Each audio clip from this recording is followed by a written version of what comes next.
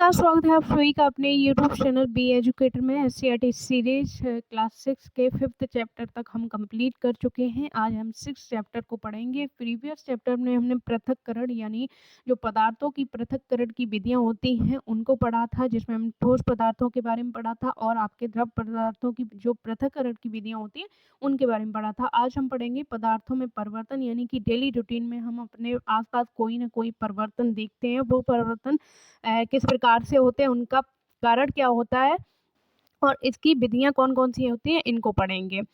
आप अपने आसपास कई चीज़ों को रोज़ देखते होंगे। यदि आपको यह कहा जाए कि आसपास की चीज़ों में क्या परिवर्तन दिखाई देता है, इनके नज़रिए से चीज़ों का अवलोकन करने की उत्सुकता बढ़ेगी। तो यहाँ पर आपको दिए गए 6.2 घर की वस्तुएं आपको लिखनी है और उन कौन-कौन सी वस्तुओं में आप परिवर्तन देखते हो। जैसे पानी में कोई परिवर्तन देखते हो, मोमबत्ती जब वो जलती है तो उसमें परिवर्तन देखते हो, उसके आकार में परिवर्तन होता है। पानी को अगर आप फ्रिज में रख देते हो तो वो ठोस बन जाता है, यानी कि बर्फ बन जाता है, जो कि ठोस अवस्था में होता है। और जब गर्म करते हो तो वो वाष्पित होकर ऊपर उठता है, जो कि गैसीय अवस्था होती है। कागज़ को आप जब काटते हो या तोड़ते हो या कागज़ से कोई भी चीज़ बनाते हो तो किस तरह के परिवर्तन होते हैं, वो आपको अवलोकन करने हैं। तालिका 6.1 में कुछ उदाहरण दिए गए हैं। ऐसे ही तालिका अपनी अभ्यास पुस्तिका में बनाइए। अपने घर या आसपास की चीज़ों के नाम इस तालिका में लिखिए। इनसे कौन-कौन सी चीज़ों में आपको परिवर्तन दिखाई देता है, उस पर चर्चा कीजिए। पहले स्वयं अपने शरीर का अवलोकन कीजिए। समय पर आपके बाल बढ़ते हैं तथा नाखून बढ़ते हैं। यदि बाल नाखून को नहीं काटेंगे तो वो बढ़ते चले जाएँगे। क्या परिवर्तन हो रहा है? हम अपने नाखून तथा बाल कटवाते हैं या पुनः बढ़ते रहते हैं, तो ये भी एक प्रकार का परिवर्तन है। आइए तालिका 6.1 में सूचीबद्ध घर की कुछ वस्तुओं के साथ क्रियाकलाप करें तथा इनमें होने वाले परिवर्तन का अवलोकन करें। अखबार का एक बड़ा कागज़ लें तथा उसे मोड़कर नाव बना लें। आपने ये क्रियाकलाप बचपन में किया होगा। आप इसे पानी में चलाकर देख सकते हैं। नाव के मुड़े हुए कागज़ को पुनः सीधा कर कागज़ की पुनः स्थिति आप प्राप्त कर सकते हो। कागज़ से नाव तथा नाव से कागज़ पुनः प्राप्त कर सकते हो। क्या इस कागज़ से अन्य खिलौने बनाकर तथा उन्हें खोलकर आप कागज़ की पहले वाली स्थिति को प्राप्त कर सकते हैं? क्या कागज़ का हवाई जहाज़ बनाकर ऐसा देख सकते हैं? और यहाँ पर चित्र दिया गया है, आपको बनाना है। अखबार के कागज़ को मोड़कर बनाई गई टोपी और यहाँ पर नाव दी गई है। क्रियाकलाप आपको 2 करना है। थोड़ा आटा लेकर गूँदें। गूँधे हुए आटे की लोई बनाकर उसमें रोटी बेलें। इस बेली हुई रोटी को पुनः चकले से निकाल कर लोई बना लें। तो आपको क्या करना है कि डेली रूटीन में आप देखते भी होंगे कि आटे की लोई बनानी है। लोई से आपको उसकी रोटी बेलनी है। जब आप रोटी बेल कर फिर से लोई प्राप्त कर सकते हो। गूँधे हुए आटे की लोई और बेली गई रोटी। क्रियाकलाप 3 करना है आपको। एक गुब्बारा लें तथा उसमें उसे मुँह से हवा देकर फुलाएँ। फूले हुए गुब्बारे को हवा निकालने के बाद गुब्बारा पिचक कर पुनः अपनी स्थिति में आ जाता है। इस तीनों क्रियाकलापों में आपने अवलोकन किया, कागज गूंदे हुए आटा तथा गुब्बारे के आकार में परिवर्तन हुआ है तथा ये वस्तुएं अपने पहले के आकार में पुनः वापस आ जाती हैं। अब इन क्रियाकलापों को कुछ अलग ढंग से करने का प्रयास करते हैं। तो यहाँ पर आपने समझा कि जो भी क्रियाकलाप किए उसमें जो वस्तुएं हैं, पदार्थ हैं, वो पुनः अपनी स्थिति को प्राप्त कर लेते हैं। जिस अखबार के कागज को आपने नाव तथा हवाई जहाज बनाई थी, उस कागज पर पेंसिल से नाव बनाकर आपको कैंची से काटकर नाव तथा हवाई जहाज की आकृति प्राप्त कर लें। यहाँ पर दिया भी गया है, कागज को काटकर बनाएं एक नाव और हवाई जहाज। तो आप क्या पाएंगे? क्रियाकलाप 5 में आपको क्या करना है? गूंदे हुए आटे की लोई से रोटी बेलकर उसे तवे पर सेकना है। बेली हुई रोटी, पकी हुई रोटी यहाँ पर दिया गया है। क्रियाकलाप 6 में उसी गुब्बारे को लेकर फुलाएं जिसका क्रियाकलाप 1 में प्रयोगों में किया गया था। फूले हुए गुब्बारे को धागे से बांधिए। गुब्बारे में नुकीली पेंसिल से छेद कीजिए। छेद होते ही गुब्बारा फट जाएगा। क्रियाकलाप 1 में आपने अवलोकन किया था कि अखबार के कागज को मोड़कर नाव बनाकर तथा कागज को खोलने पर अखबार का कागज पहले वाली आकृति में आ जाता है। इसी अखबार के कागज को क्रियाकलाप 4 में कैंची से काटकर नाव बनाई गई थी। आप क्या इसे पुनः उसी स्थिति में प्राप्त कर पाओगे? तो नहीं हो पाएगी, क्योंकि आपने अखबार को काट दिया है। तो अखबार अब जो है पुनः उससे अपनी स्थिति प्राप्त नहीं कर पाएगा। क्रियाकलाप 2 में आटे की लोई से रोटी बेली थी तथा उसे पुनः मोड़कर लोई प्राप्त कर ली थी। क्रियाकलाप 5 में बेली गई रोटी को तवे पर पकाया गया। क्या पकाई गई रोटी को आप पुनः लोई में प्राप्त कर सकते हो? नहीं कर सकते हो। क्रियाकलाप 3 में एक पिच के गुब्बारे को फुलाया गया। इसमें हवा निकालने पर गुब्बारा पिचक जाता है। क्रियाकलाप 6 में इसी गुब्बारे को फुलाकर छेद किया गया तथा गुब्बारे फट गया। क्या फटे हुए गुब्बारे को पुनः फुलाया जा सकता है अथवा गुब्बारे को पहले वाली आकृति में लाया जा सकता है? आप इन क्रियाकलापों के अवलोकन से यह पता लगाते हैं कि क्रियाकलाप 4, 5, 6 को वापस पलटा नहीं जा सकता है, यानी कि पदार्थों को पुनः उनकी स्थिति में वापस नहीं लाया जा सकता। उपर्युक्त क्रियाकलापों से यह बात सामने आई है कि अलग अलग परिस्थितियों में किसी वस्तु को पुनः उसी पूर्व अवस्था में लाया जा सकता है या वापस नहीं लाया जा सकता है। अब आप घर से बाहर जाकर आसपास की वस्तुओं पदार्थों में होने वाले परिवर्तन को देखें तथा वर्णन करें कि क्या क्या परिवर्तन हो रहे हैं। तालिका 6.2 में कुछ सामान्य परिवर्तन दिए गए हैं। इनमें कुछ परिवर्तन पूर्व की अवस्था में लाए जा सकते हैं और कुछ परिवर्तन जो है पूर्व की अवस्था में नहीं लाए जा सकते हैं। ये तालिका आपको देखनी है और यहाँ पर आपको साइन लगाना है कि कौन से पदार्थ को आप पुनः उसी स्थिति में ला सकते हो और कौन से पदार्थ को नहीं ला सकते। तो यहाँ पर पहला दिया गया है दूध से दही जमना। अब जब दही जम जाएगा तो क्या दही को आप दूध बना सकते हो, पुनः दूध की अवस्था में ला सकते हो कि? तो यहाँ पर इसका साइन लगेगा कि पूर्व के स्थिति में नहीं लाया जा सकता। ठंडे दूध से गर्म दूध, तो इसको लाया जा सकता है। ठंडा दूध होगा, गर्म कर देंगे, थोड़ी देर रखे रहेंगे तो फिर से ठंडा हो जाएगा। दूध से पनीर जो है नहीं लाया जा सकता है, क्योंकि दूध से पनीर प्राप्त हो सकता है, पनीर से दूध नहीं बन सकता। चावल से भात आप बना सकते हो, लेकिन भात से चावल फिर नहीं बना सकते। कली से फूल, क्या कली से फूल बन सकता है? कली से फूल बन सकता है, लेकिन फूल से कली यहाँ पर नहीं बन सकता। गोबर से कंडा, कंडा यहाँ पर बन सकता है। कंडे से गोबर भी अगर पानी वगैरह डालेंगे तो फिर वो गोबर बन जाएगा। जमी हुई आइसक्रीम से पिघली हुई आइसक्रीम, अब आपको देखना है यहाँ पर जमी हुई आइसक्रीम से पिघली हुई आइसक्रीम। तो जमी हुई आइसक्रीम से पिघली हुई आइसक्रीम जो है लाया जा सकता है पुनःअवस्था में। आइसक्रीम जम जाएगी तो उसको फिर पिघल जाएगी। पिघली हुई आइसक्रीम को अगर आप फिर से फ्रिज में रख दोगे तो वो फिर से जम जाएगी। कच्चे मिट्टी से ग्लास, अब कच्चे मिट्टी से जब आप ग्लास बनाओगे तो ग्लास को फिर से कच्ची मिट्टी को वो मिट्टी की लोई बना सकते हो। मिट्टी से ईंट बनना, जब मिट्टी ईंट बन जाएगी तो उसे पकाते हैं तो ईंट से मिट्टी आप पुनः प्राप्त नहीं कर पाओगे, तो ये जो है पुनः स्थिति में नहीं लाया जा सकता। गीले कपड़े से सूखे कपड़े पुनः स्थिति में लाया जा सकता है। कपड़े गीले हो जाएंगे, सुखाएंगे फिर गीला कर देंगे। रबड़ को खींचना और छोड़ देना, अगर रबड़ को आप खींचोगे तो वो बढ़ेगी, जब आप उसे छोड़ोगे पुनः उसकी स्थिति में आ जाएगी, तो इसको लाया जा सकता है। कच्चे अंडे से ओला हुआ अंडा, कच्चे अंडा जब आप उबाल दोगे तो आप उसे उसकी पुनः स्थिति में ला सकते हो, नहीं ला सकते, तो ये जो है इसको नहीं ला पाएंगे। आलू को काटकर टुकड़े में बदलना, अब जब आलू को आप काटकर टुकड़े में बदल दोगे तो क्या फिर से आलू बन जाएगा? नहीं बन पाएगा।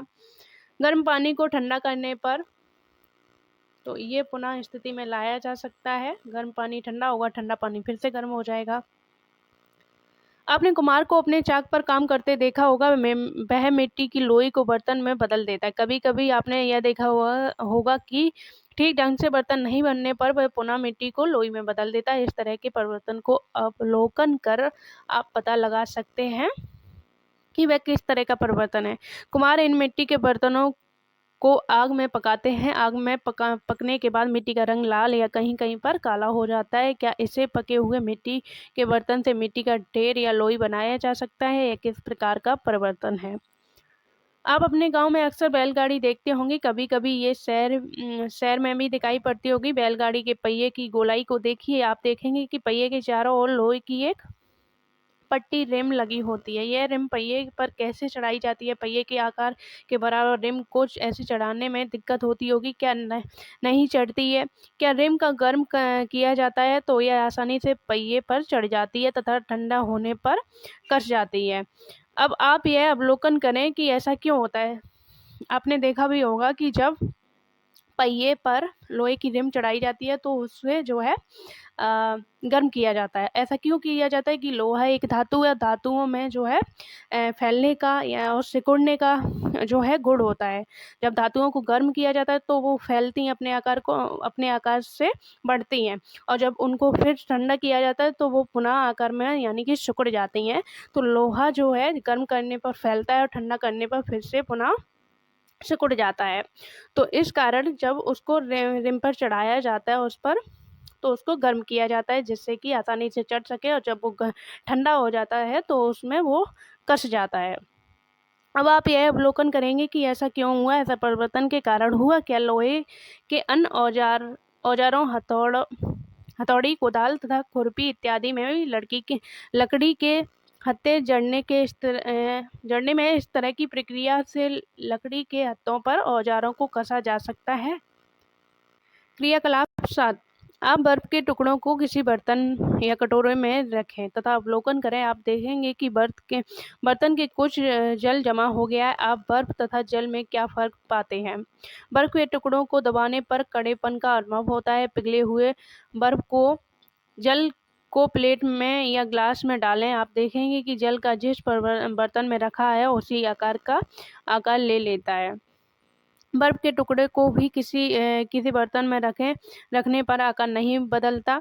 बर्फ नहीं पिघलने की स्थिति में अपना आकार बनाए रखता है। बर्फ एवं जल दोनों पदार्थ हैं। बर्फ की अवस्था को पदार्थ की ठोस अवस्था कहते हैं। जल द्रव अवस्था है क्योंकि यह अपना आकार परिस्थिति के अनुसार बदलता रहता है। जब आप बर्फ वाले बर्तन को गर्म करते हैं करें तथा ढककर रखें। जब आप ढक्कन को हटाएंगे तो भाप निकलकर फैलते हुए नजर आएगी।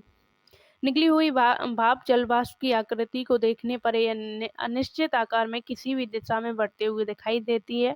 यह पदार्थ की गैसीय अवस्था है। तो यहाँ पर पदार्थ की 3 अवस्थाएं आपने पढ़ी, जिसमें आपने ठोस अवस्था यानी कि जब जल को ठंडा किया जाता है उसके न्यूनतम तापमान पर, तो जो है वो क्या बर्फ बन जाती है, और बर्फ जो है क्या ठोसी अवस्था होती है, और जब उसको गर्म फिर से किया जाता है तो वो जल बन जाता है। और जल क्या होता है? किसी पदार्थ की अनिश्चित आकृति अपनी आकृति बदल सकता है। और जल क्या होता है? उसकी पदार्थ की द्रव अवस्था होती है। उसके बाद जब बर्फ को गर्म किया जाता है तो वहाँ से वाष्प निकलता है। वाष्प के जो कण होते हैं वो इधर उधर किसी भी दिशा में जाते हैं, जो कि पदार्थ की गैसीय अवस्था होते हैं। तो यहाँ पर पदार्थ की तीनों अवस्थाएं आपने पढ़ ली।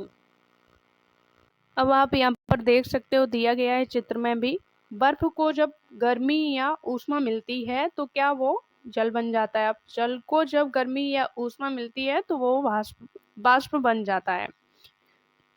ठोस, द्रव, गैस। जब बर्फ होता है जो है बर्फ होती है वो ठोसी अवस्था होती है, जल द्रवीय अवस्था, और वाष्प जो है वो आपको गैसीय अवस्था होती है। बर्फ का पिघलना, जल का वाष्पन एवं संघनन। तो यहाँ पर आप देख सकते हो कि बर्फ को किस तरह से गर्म किया जाता है, और जब वो गर्म होती है एक टेम्परेचर पर तो वो जो है द्रव अवस्था में यानी कि जल बन जाती है। जल को ज़्यादा गर्म किया जाता है तो वो वाष्पित होकर जो है उसकी बूंदें इधर उधर वाष्पित होकर वो उड़ती है। जब आप ढक्कन हटाते हो तो आपको ढक्कन पर जल की बूंदें भी नजर आएंगी। क्या आप जल वाष्प ठंडा होकर जल में बदल गया है? आप जब बर्तन को गर्म करना बंद कर देते हैं तो भाप निकलना बंद हो जाती है। क्या जल को पुनः बर्फ में बदला जा सकता है? अपने आइसक्रीम वाले से आइसक्रीम खरीद कर खाई होगी। आप अपना हाथ आइसक्रीम के बक्से में डालेंगे तो काफ़ी ठंडा अनुभव करेंगे। जब आप आइसक्रीम उन बक्सों से निकालेंगे तो उससे जल टपकने लगता है। ऐसा क्यों होता है? विचार कीजिए। आपके यहाँ यदि फ्रिज है तो जल को किसी बर्तन में लेकर फ्रीजर वाले भाग जहाँ आप काफ़ी ठंडा महसूस करते हैं रखते हैं। आप कुछ घंटे बाद देखेंगे कि जल बर्फ में बदल गया। हमने देखा कि पदार्थ की अवस्था में परिवर्तन में गर्मी या ठंडी का होना आवश्यक होता है। तो यहाँ पर हमने समझा कि पदार्थ की अवस्था बदलने में परिवर्तन में ठंडा या गर्म होना आवश्यक होता है। अतः हम इस तरह से कह सकते हैं कि जल वाष्प को ठंडा करने पर, ऊष्मा निकालने पर जल तथा जल को ठंडा करने पर बर्फ में बदल जाता है। तो जल वाष्प को जब ठंडा करते हैं तो वो क्या होता है, जल बनता है। जल को जब ठंडा करते हैं तो बर्फ बनता है। अब जब बर्फ को भी ठंडा करेंगे तो वो जल बनेगा, और जल को ठंडा करेंगे तो वो जल वाष्प बनेगा। क्या आप बता सकते हैं कि बर्फ से जल तथा जल से जल वाष्प से जल तथा जल से बर्फ में बदलना कौन सा परिवर्तन है? सामान्यतः इसे भौतिक परिवर्तन कहते हैं। अगली कक्षाओं में इसे हम विस्तृत चर्चा करेंगे। तो यहाँ पर हमने समझा कि जल का वाष्प से बर्फ का बनना क्या कहलाता है आपका? जल वाष्प से जल से बर्फ का बनना भौतिक परिवर्तन, और इसे डिटेल में हम नेक्स्ट क्लास में पढ़ेंगे। क्या सभी ठोस पदार्थों को गर्म करने पर ठोस से द्रव तथा द्रव से गैस में बदला जा सकता है? ऐसा नहीं होता है, क्योंकि कुछ पदार्थ ऐसे होते हैं जो ठोस से सीधा जो है आपकी गैसीय अवस्था में जाते हैं, पानी की तरह या अन्य पदार्थों की तरह द्रवीय अवस्था में नहीं जाते हैं। तो यहाँ पर क्रियाकलाप दिया गया है, उसको देखेंगे। आप एक बर्तन में कपूर लें तथा उसे कांच की गिलास से ढक लें। आपको क्या करना है कि कपूर लेना है, उसे कांच के गिलास से ढकना है तथा उसे गर्म करें। गर्म करने पर आप क्या अवलोकन करेंगे? आप देखेंगे कि कपूर बिना पिघले उजले धुएं की तरह निकलकर गिलास की बाहरी सतह पर जमा हो जाता है। आपने जब बर्फ को गर्म किया था तो वहाँ पर बर्फ द्रवीय अवस्था यानी कि पानी में परिवर्तन हुआ था।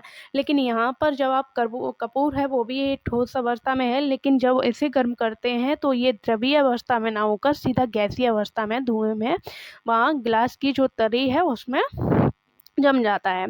जब आपको कपूर नहीं दिखाई देता है तो गर्म करना बंद कर दें तथा कांच की भीतरी दीवार को चम्मच से खरोंचकर तथा एक जगह इकट्ठा करने पर आपको ठोस रूप में कपूर मिल जाता है। इस प्रक्रिया से पदार्थ की केवल 2 अवस्थाएं ही दिखती हैं। तो वहाँ पर हमने पदार्थ की 3 अवस्थाओं का अवलोकन किया था, ठोस, द्रव, गैस। जब बर्फ को गर्म किया तो वो द्रव यानी कि पानी बना, पानी को गर्म किया तो वाष्पित होकर वो गैसीय अवस्था में आ गया। यहाँ पर हमने ठोस को गर्म किया यानी कि कपूर जो था वो ठोसी अवस्था में था। जब उसको गर्म किया तो वो सीधा गैसीय अवस्था में गया, और जब गैसीय अवस्था को ठंडा किया तो जो है वो फिर से कपूर ठोस अवस्था में प्राप्त हो गया। इस तरह का क्रियाकलाप नौसादर के साथ भी आप कर सकते हैं। अब आपको क्या करना है, एक छोटी सी मोमबत्ती लेकर आएं, उसकी लंबाई स्केल से नापें, इसे एक उचित स्थान पर लगाएं, जलाएं। कुछ समय तक जलने के बाद मोमबत्ती को बुझा दें, पुनः उसकी लंबाई नापें। आप क्या लंबाई में कुछ अंतर पाते हैं? मोमबत्ती का जलना और पिघलना। यहाँ पर आप देख सकते हो कि मोमबत्ती का जलना और पिघलना। क्या मोमबत्ती की पहली वाली लंबाई पुनः प्राप्त की जा सकती है? ऐसे परिवर्तन को रासायनिक परिवर्तन की श्रेणी में रखते हैं। इस पर विस्तृत चर्चा अगली कक्षा में करेंगे।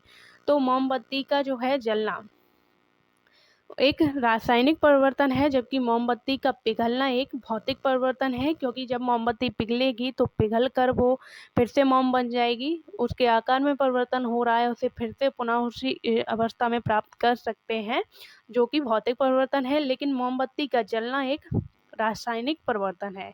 यहाँ से क्वेश्चन पूछा जाता है, आपको थोड़ा क्वेश्चन मॉडरेट करके पूछ दिया जाता है, और काफ़ी घुमाने के लिए आपको जो है फंसाने के लिए इस तरह के क्वेश्चन पूछे जाते हैं कि मोमबत्ती का जलना भौतिक परिवर्तन है या रासायनिक परिवर्तन।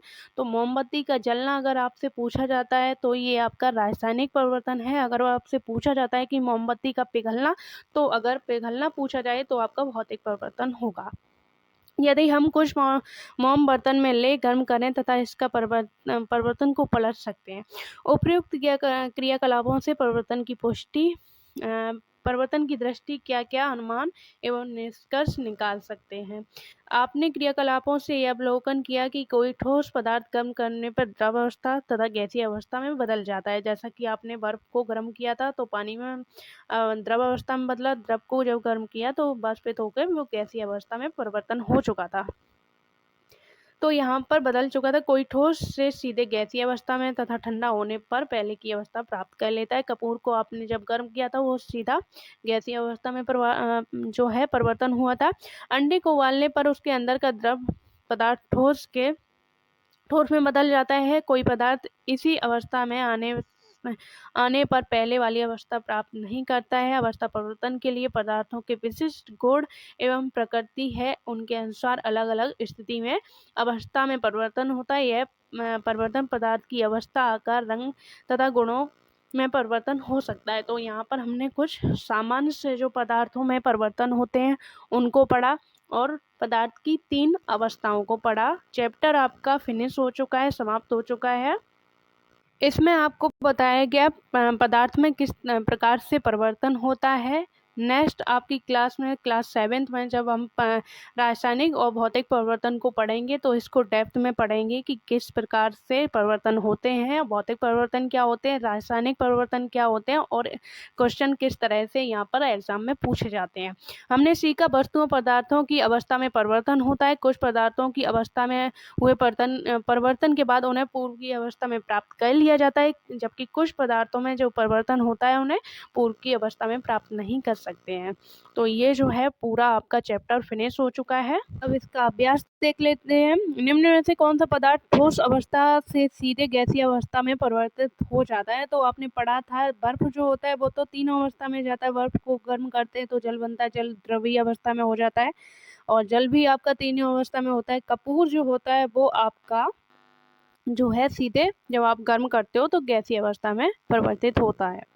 बिना उबले हुए अंडे को द्रव गर्मी पाकर बदल जाता है। यहाँ पर बिना उबला हुआ अंडा नहीं होना चाहिए, यहाँ पर होना चाहिए उबला हुआ अंडा का द्रव गर्मी पाकर ठोस अवस्था में परिवर्तित होता है।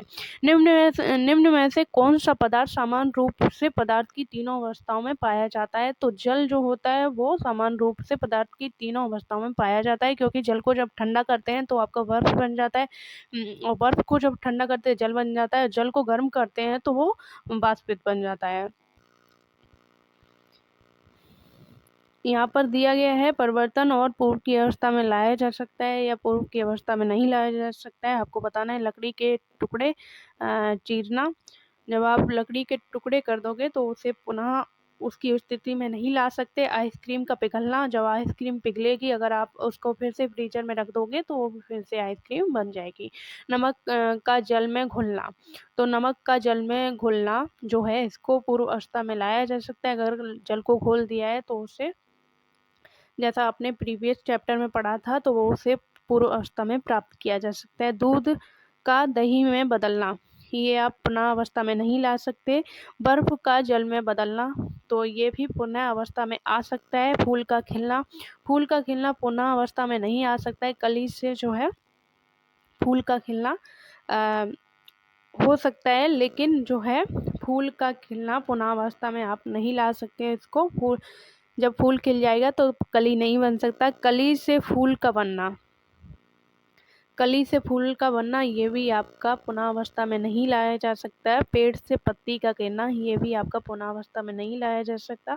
मोमबत्ती का जलना, मोमबत्ती का अगर यहाँ पर पिघलना पूछा जाता तो हो जाता कि उसको पुनः अवस्था में लाया जा सकता है, लेकिन यहाँ पर मोमबत्ती का जलना जो है वो पुनः अवस्था में नहीं लाया जा सकता है। आपका चैप्टर कंप्लीट हो चुका है।